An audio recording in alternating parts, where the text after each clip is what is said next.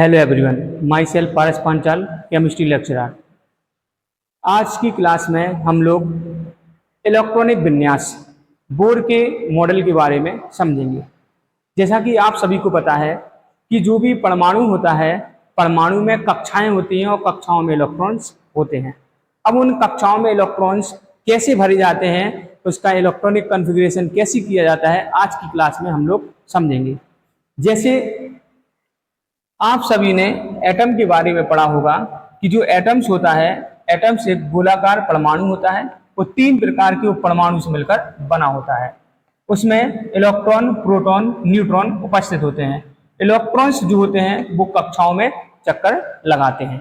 तो किस कक्षा में कितने इलेक्ट्रॉन भरे जाएंगे, आज हम लोग उसके बारे में डिस्कस करेंगे। तो आइए बने रहिए इस वीडियो के अंत तक, और आज हम लोग इलेक्ट्रॉनिक विन्यास को कवर करने वाले हैं। जो भी परमाणु होते हैं उन परमाणु में भिन्न भिन्न कक्षाएं होती हैं, और भिन्न भिन्न कक्षाओं में इलेक्ट्रॉन्स रहते हैं। वो नाभिक के परितः चक्कर लगाते हैं। अब किस कक्षा में कितने इलेक्ट्रॉन हो सकते हैं उसके बारे में हम लोग डिस्कस करेंगे, जिसको हम लोग कहते हैं इलेक्ट्रॉनिक कॉन्फ़िगरेशन, इलेक्ट्रॉनिक विन्यास। देखिए, सबसे पहले बोर के परमाणु मॉडल के बारे में आप सभी को पता है कि बोर का परमाणु मॉडल क्या कहता है कि जो भी परमाणु में इलेक्ट्रॉन्स होते हैं वो कक्षाओं में कैसे भरे जाते हैं। परमाणु में जो इलेक्ट्रॉन्स होते हैं वो कक्षाओं में कैसे भरे जाते हैं, तो उसके लिए बोर मॉडल के अनुसार जो भी इलेक्ट्रॉन्स भरे जाएंगे वो 2n² के अनुसार भरे जाएंगे। अर्थात यहाँ पे जो n है, n बराबर कक्षा की संख्या, सेल नंबर, कक्षा संख्या, सेल नंबर। अगर हम फर्स्ट सेल की बात करेंगे, पहली कक्षा में कितने इलेक्ट्रॉन भरे जा सकते हैं, तो उसके लिए हमें n बराबर 1 रखना पड़ेगा। n बराबर 1। जब n बराबर 1 रखेंगे तो n की जगह पे 1, तो 1 का स्क्वायर 1 और इंटू 2, यानी पहली कक्षा फर्स्ट सेल में हम लोग 2 इलेक्ट्रॉन भर सकते हैं, 1 और 2। उसी प्रकार अगर हम दूसरी कक्षा की बात करेंगे तो n बराबर 2। जब इसमें n बराबर 2 रखेंगे तो 2 का स्क्वायर 4 और 4 दूनी 8, यानी दूसरी कक्षा में हम लोग 8 इलेक्ट्रॉन कर सकते हैं। इसी प्रकार n बराबर 3 रखेंगे तो n बराबर 3 रखने पर 3 का स्क्वायर 9, 9 2 जा 18, यानी 18 इलेक्ट्रॉन हम तीसरी कक्षा में भर सकते हैं, तीसरे सेल में भर सकते हैं। इसी प्रकार अगर हम चौथी सेल की बात करेंगे तो n बराबर 4, तो हमें क्या करना पड़ेगा, 2n की जगह पे रखना पड़ेगा 4 का स्क्वायर 16, 2 जा 32। जो पहली कक्षा उसमें 2 इलेक्ट्रॉन भर सकते हैं, दूसरी कक्षा में 8 भर सकते हैं, तीसरी कक्षा में 18 भर सकते हैं, चौथी कक्षा में 32। इनके नाम रखे गए हैं कि L, M, N। तो इस प्रकार हमें उनके इलेक्ट्रॉनिक विन्यास को करना है। अब जैसे कुछ तत्वों के हम इलेक्ट्रॉनिक विन्यास को समझते हैं। जैसे अगर हम पहले हाइड्रोजन की बात करेंगे, हाइड्रोजन परमाणु क्रमांक 1, तो 1 इसका इलेक्ट्रॉनिक विन्यास। हाइड्रोजन के बाद helium 2, lithium 3, beryllium 4, boron 5, carbon 6, nitrogen 7। इसका करोगे तो 2। अब लिथियम का करोगे तो क्या होगा, 2, पहली कक्षा में 2 कर सकते हैं, दूसरी में 8, लेकिन बचा कितना है, 1, 2,1। इसी प्रकार बेरिलियम का करोगे 2,2। इसी प्रकार बोरॉन का करोगे 2,3, 2,4, 2,5। इसी प्रकार कार्बन के बाद ऑक्सीजन का करोगे 8 होता है जिसका परमाणु क्रमांक 2,6। इसी प्रकार फ्लोरीन का 9 होता है 2,7। इसी प्रकार नियोन का 10 होता है 2,8।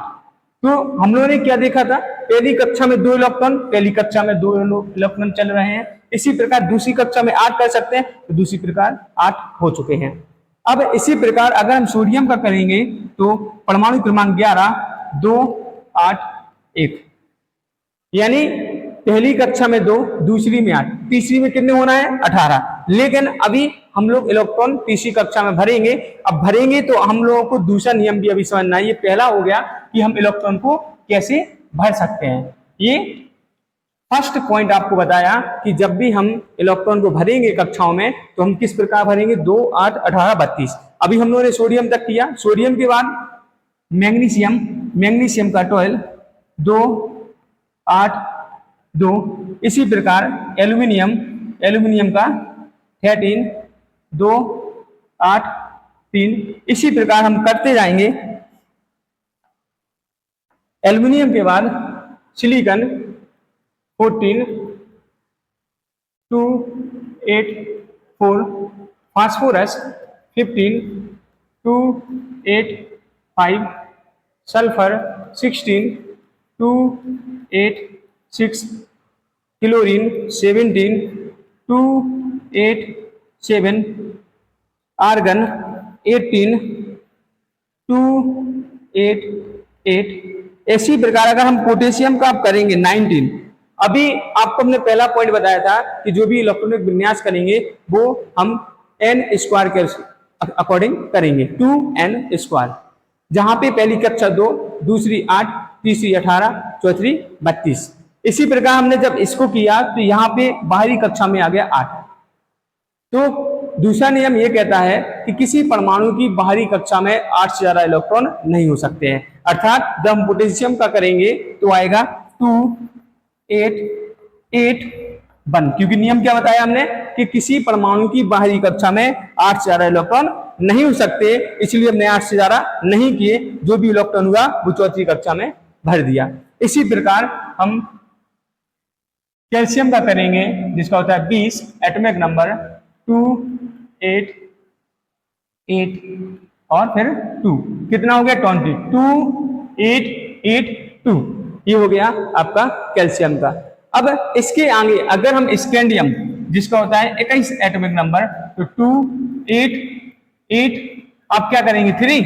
नहीं, वहां पे आपका ये रॉन्ग हो जाएगा। इसके लिए आपको अब तीसरा पॉइंट समझना है। तीसरा नियम क्या कहता है, जब किसी परमाणु की बाहरी कक्षा में 2 इलेक्ट्रॉन हो, किसी परमाणु की बाहरी कक्षा में, किसी एटम की बाहरी कक्षा में 2 इलेक्ट्रॉन हो और उसकी प्रीवियस सेल, पिछली कक्षा इनकम्प्लीट हो, अर्थात पूरी भरी ना हो। आपको पता है ये पहली कक्षा, ये दूसरी और ये तीसरी। आपको क्या पता है कि तीसरी में कितना होना चाहिए, 18 यानी 18। अभी कितने है इसमें, 8। तो नियम क्या कहता है तीसरा, जब किसी परमाणु की बाहरी कक्षा में 2 इलेक्ट्रॉन हो और उसकी पिछली कक्षा अपूर्ण हो, तो अब जो भी इलेक्ट्रॉन भरे जाएंगे वो पिछली वाली कक्षा अर्थात तीसरी कक्षा में भरे जाएंगे। कब तक भरे जाएंगे, जब तक कि उसमें 18 इलेक्ट्रॉन नहीं हो जाते। अर्थात इसका अगर हम स्कैंडियम का इलेक्ट्रॉनिक विन्यास करेंगे तो सही इलेक्ट्रॉनिक विन्यास क्या आएगा, स्कैंडियम का 21, 2, 8, 9, 2। यानी अब जो हमने 21 में इलेक्ट्रॉन भरा वो लास्ट में नहीं भरा, हमने किस में भरा, तीसरी वाली में। इसलिए भरा क्योंकि हमें पता है तीसरी कक्षा में कितने होते हैं, 18 इलेक्ट्रॉन। इसलिए अब जो भी इलेक्ट्रॉन भरेंगे वो तीसरे नियम के अनुसार हम तीसरी कक्षा में भरेंगे जब तक कि उसमें 18 इलेक्ट्रॉन नहीं हो जाते। इसी प्रकार स्कैंडियम के पास टाइटेनियम 22, 2, 8, 10, 2। इसके बाद वेनेडियम 23, 2, 8, 11, 2। यानी कहने का तात्पर्य क्या है कि अब जो भी इलेक्ट्रॉन्स जाएंगे वो सारे इलेक्ट्रॉन किस में जाएंगे, वो सारे इलेक्ट्रॉन जाएंगे तीसरी कक्षा में। कब तक जाएंगे, जब तक कि 18 इलेक्ट्रॉन नहीं हो जाते। जैसे अब इसके बाद अगर हम जिंक का करें, जिंक जिसका होता है 30 एटॉमिक नंबर, तो 2, 8, 18, 2। तो यहां पे कितना हो गया, 30, 10, 18 और 20, टोटल हो गया 30। यानी जो भी हमने इलेक्ट्रॉन भरे वो तीसरी कक्षा में तब तक भरे जब तक कि उसकी तीसरी कक्षा पूर्ण नहीं हो जाती, अर्थात 18 इलेक्ट्रॉन ये हो गए हैं। इस प्रकार हम लोग इलेक्ट्रॉनिक विन्यास को करते जाएंगे। ये इलेक्ट्रॉनिक विन्यास हम लोगों ने KLMN के अनुसार किए। जैसे अब इन्हीं इलेक्ट्रॉनिक विन्यास को हम लोग दूसरे प्रकार से करेंगे जिनको हम कहते हैं SPDF। क्या कहते हैं, SPDF से इलेक्ट्रॉनिक विन्यास, SPDF से इलेक्ट्रॉनिक कॉन्फ़िगरेशन। अभी ये जो हम लोगों ने किए हैं वो KLMN के अनुसार किए हैं और ये हमने बोर रूल के अकॉर्डिंग किए हैं, बोर्स लॉ के अकॉर्डिंग हम लोगों ने इसको कंप्लीट किया है। अब हम लोग स्टार्ट करेंगे SPDF। के अनुसार इलेक्ट्रॉनिक कॉन्फ़िगरेशन कैसे होते हैं। तो आइए समझते हैं। इसके लिए आपको एक पॉइंट को विशेष ध्यान में रखना पड़ेगा, जो कि है आप लोगों ने अभी पढ़ा है कि जो भी परमाणु होते हैं, परमाणु में जो इलेक्ट्रॉन्स होते हैं वो कक्षाओं में होते हैं, और कक्षाओं में क्या करते हैं, चक्कर लगाते हैं। कक्षाओं में क्या करते हैं, चक्कर लगाते हैं। जैसे देखिए, अभी हमने आर्गन के एटम्स लिए हैं, आर्गन का एटम्स लिया है। इसमें हम क्या देखेंगे, इसमें हम ये देखेंगे कि जो भी आर्गन में इलेक्ट्रॉन्स हैं, देखो 2, फर्स्ट में 2, सेकंड में 8, थर्ड में 8, तो जो 8 इलेक्ट्रॉन है वो क्या हो रहे हैं, कक्षाओं में घूम रहे हैं। कक्षाओं में क्या हो रहे हैं, घूम रहे हैं। अभी हम लोगों ने समझा कि इलेक्ट्रॉन्स कक्षाओं में होते हैं। किसमें होते हैं, कक्षाओं में। लेकिन कक्षा के अंदर भी छोटी छोटी कक्षाएं होती हैं जिन्हें कहते हैं उपकोष। क्या कहते हैं, उपकोष। और उपकोष के अंदर होते हैं कक्षक, और कक्षक में ही इलेक्ट्रॉन होते हैं। यानी वास्तव में इलेक्ट्रॉन होते कहाँ हैं, कक्षक में। किसमें होते हैं, कक्षक में। इसके अनुसार जब हम इलेक्ट्रॉनिक विन्यास करेंगे, एसपीडीएफ के अनुसार इलेक्ट्रॉनिक विन्यास करेंगे, तो उसके लिए हमें एक कॉन्सेप्ट को समझना है, सेल सबसेल थ्योरी। तो आइए सेल सबसेल थ्योरी को हम लोग समझते हैं, फिर एसपीडीएफ से इलेक्ट्रॉनिक विन्यास करना सीखते हैं। देखिए, सबसे पहले आप सभी को पता है कि जो इलेक्ट्रॉन्स होते हैं वो सेल में होते हैं। किसमें होते हैं, सेल में। सेल यानी कक्षा में या कोष में। इन कोष के अंदर 4 उपकोष होते हैं, 4 सबसेल होते हैं। इन सेल के अंदर 4 सबसेल होते हैं, 4 सबसेल। कौन कौन से, एस, टी, डी और एफ। सेल इलेक्ट्रॉन होते हैं, सेल के अंदर होती हैं 4 subshell, S, P, D, F.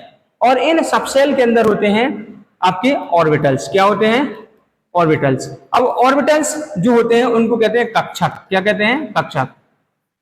अब जो ऑर्बिटल्स हैं, इन ऑर्बिटल्स को, कक्षक को हम लोग कैसे समझेंगे।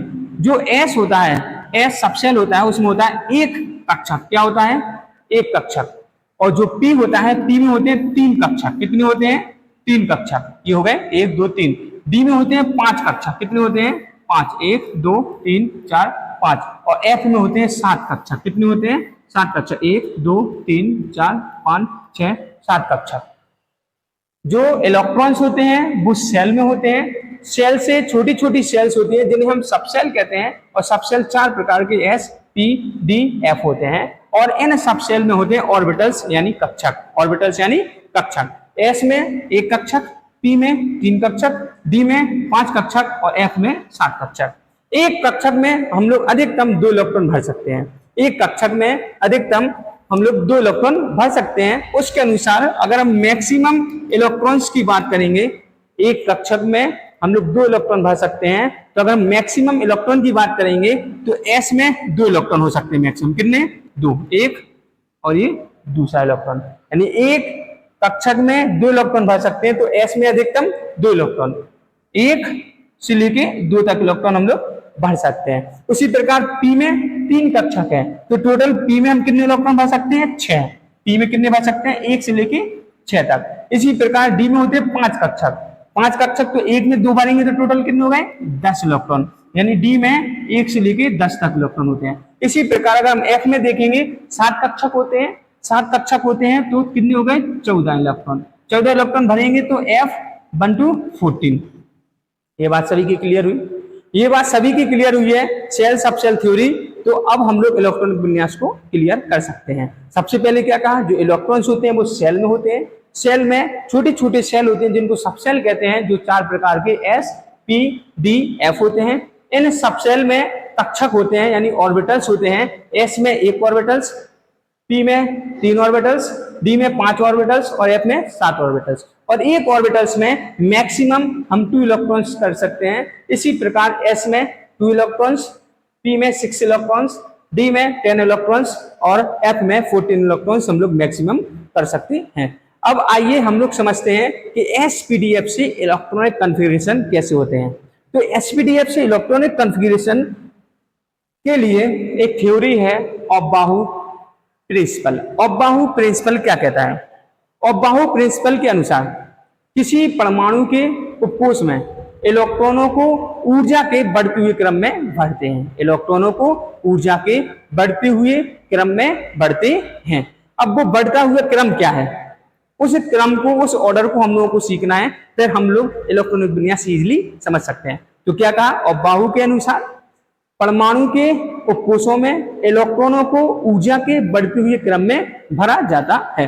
क्या है वो सीरीज, उसको हमें समझना है। तो उसके लिए हम एक सिंपल सी ट्रिक बताते हैं एसपीडीएफ से इलेक्ट्रॉनिक विन्यास करने के लिए, फिर हम लोग आगे बढ़ेंगे। देखो ट्रिक देखिए, पहले हम लोग एस के कक्षक लिख लेते हैं। 1s 2s 3s 4s 5s 6s और ये 7s, ठीक है। अब पी के कक्षक लिख लेते हैं।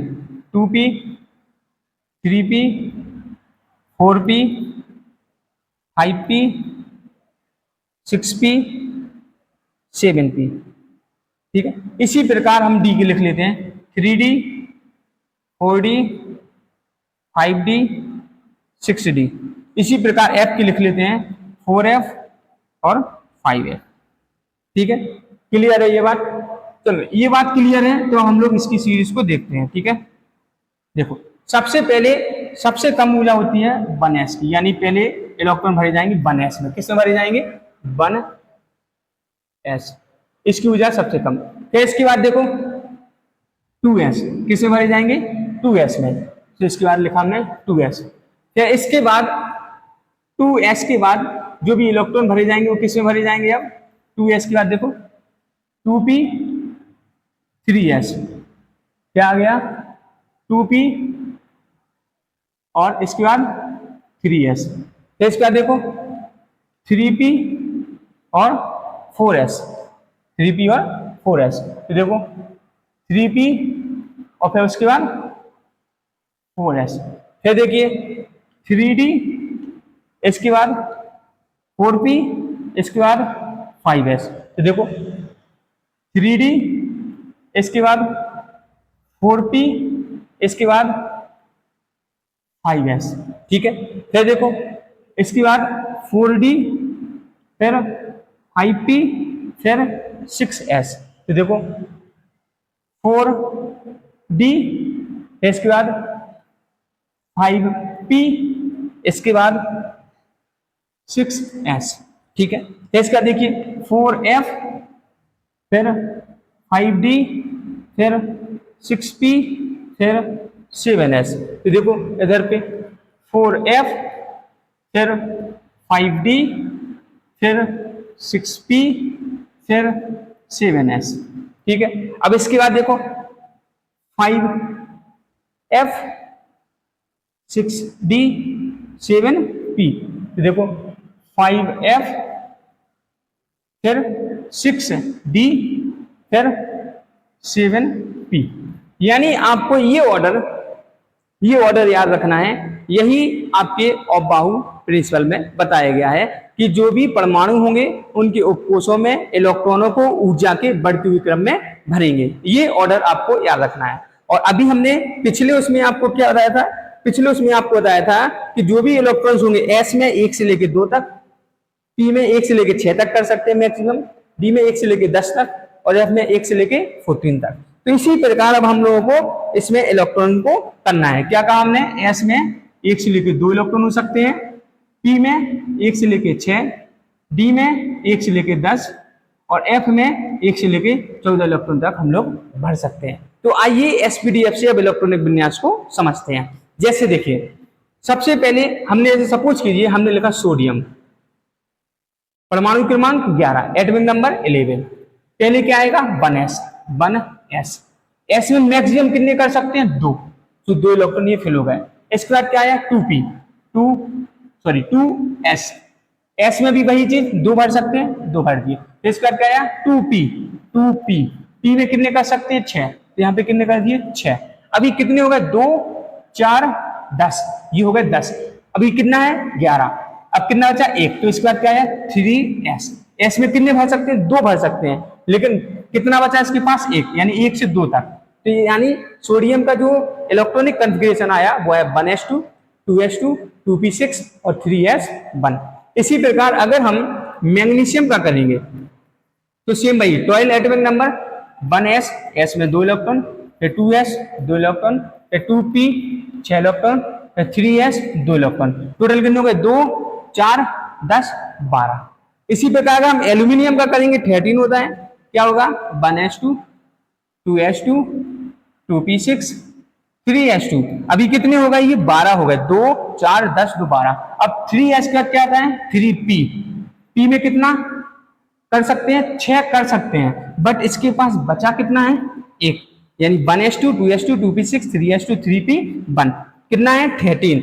2 4 10 12 और 1 13। इसी प्रकार अगर हम जिंक का करेंगे, सपोज करो जिंक 30 होता है जिसका एटॉमिक नंबर, तो क्या आएगा? पहले देखो 1s2, फिर भरे जाएंगे 2s2, फिर भरे जाएंगे 2p6, फिर भरे जाएंगे 3s2, फिर 3p6, फिर 3p के बाद 4s2, फिर इसके बाद 3d। d में कितने भर सकते हैं मैक्सिमम हम लोग? 10, 1 से लेकर 10 तक। अभी कितने इलेक्ट्रॉन हो गए टोटल? 2 4 10 12 18 20। कितने बचे? अब 10 बचे हैं। टोटल 30 है, 20 भर चुके 10, और हम लोग डी में भर सकते हैं कितने मैक्सिमम? 10। तो ये आ गया इसका इलेक्ट्रॉनिक कन्फिगुरेशन। क्या आ गया? Electronic configuration. ऐसे होता है इनका एसपीडीएफ से इलेक्ट्रॉनिक विन्यास। तो केएलएमएन से और एसपीडीएफ से हम लोगों ने इलेक्ट्रॉनिक विन्यास को कवर किया। तो आप सभी इसको कंप्लीट कीजिए। जो डाउट हो कमेंट बॉक्स में आप कर सकते हैं, उसको रिप्लाई जरूर मिलेगा। धन्यवाद, आज के लिए इतना ही।